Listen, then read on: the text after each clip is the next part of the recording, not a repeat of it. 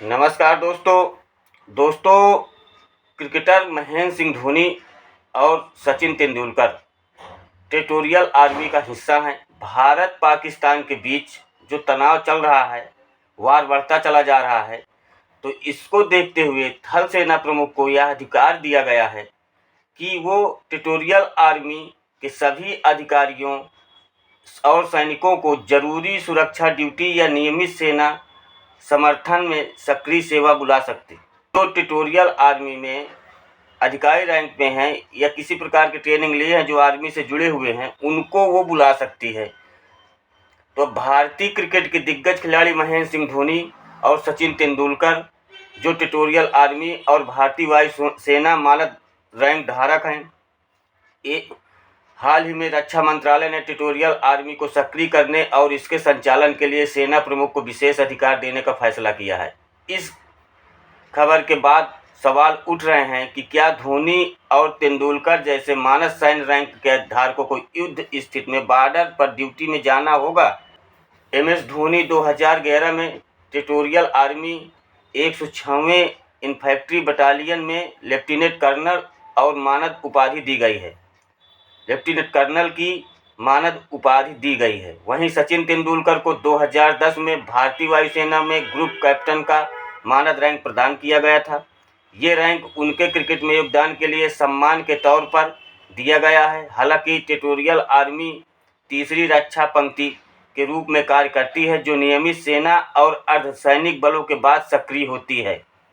अब इनके ऊपर रक्षा मंत्रालय का जो आदेश आया है, रक्षा मंत्रालय ने हाल ही में टेरिटोरियल आर्मी को और प्रभावी बनाने के लिए सेना प्रमुख को इसके संचालन और तैनाती के व्यापक अधिकार दिए गए हैं। यह कदम हाल में भू राजनीतिक तनाव विशेषज्ञ रूप में ऑपरेशन सिंदूर के बाद उठाया गया है, जिसमें भारतीय वायुसेना ने पाकिस्तान अधिकृत कश्मीर में आतंकी ठिकानों पर हमला किया था। इस ऑपरेशन को सचिन तेंदुलकर ने भी सोशल मीडिया पर सराहा था, जिसमें उन्होंने लिखा है, भारत की ताकत उसकी एकता है, आतंकवाद के लिए इस दुनिया में कोई जगह नहीं है। धोनी और सचिन तेंदुलकर बॉर्डर पे जाएंगे। कुछ विशेषज्ञों का कहना है कि मानद रैंक के धारक आमतौर पर युद्ध की स्थिति में सक्रिय सैन्य ड्यूटी के लिए बाध्य नहीं होते हैं।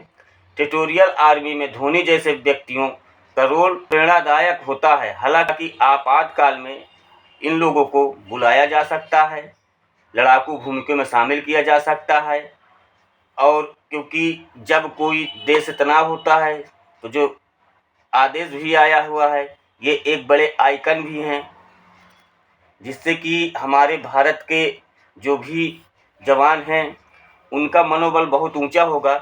इसके अलावा विभागीय इकाइयाँ जैसे रेलवे, तेल और प्राकृतिक गैस नियम और डाक विभाग से जुड़े कर्मचारी भी शामिल होते हैं, जो अपनी विशेषज्ञता के क्षेत्र में सुरक्षा और सहायता प्रदान कर सकते हैं। साथ ही डॉक्टर, इंजीनियर और तकनीशियन जैसे पेशेवर नागरिक अपनी विशेष स्किल्स के आधार पर योगदान देते हैं।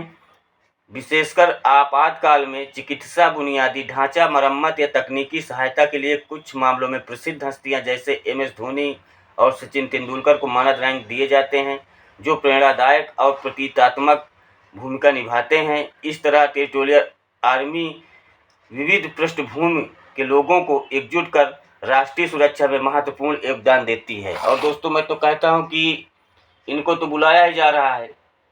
अगर आवश्यकता पड़ेगी तो हर एक घर से एक व्यक्ति जाएगा, उसमें कोई संदेह नहीं है, क्योंकि पहले देश है तो उसके बाद हम हैं।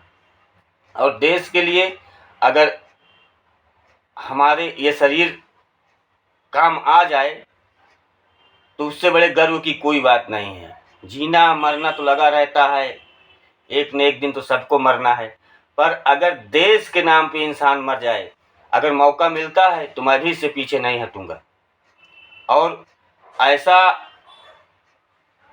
पूरे भारतवासियों में जो एक हर्षोल्लास बना हुआ है, हमेशा देखने को मिलता है कि अगर भारतवासी ऐसे मौके मिले तो छोड़ेंगे नहीं। सभी लोग, हर एक घर से एक व्यक्ति जाने के लिए तैयार है। और दोस्तों, आशा करता हूं कि वीडियो आप लोग बहुत अच्छी लगी होगी। अच्छी लगी हो तो कमेंट करिएगा, शेयर करिएगा, ताकि और लोगों तक ये बात पहुंच सके। धन्यवाद।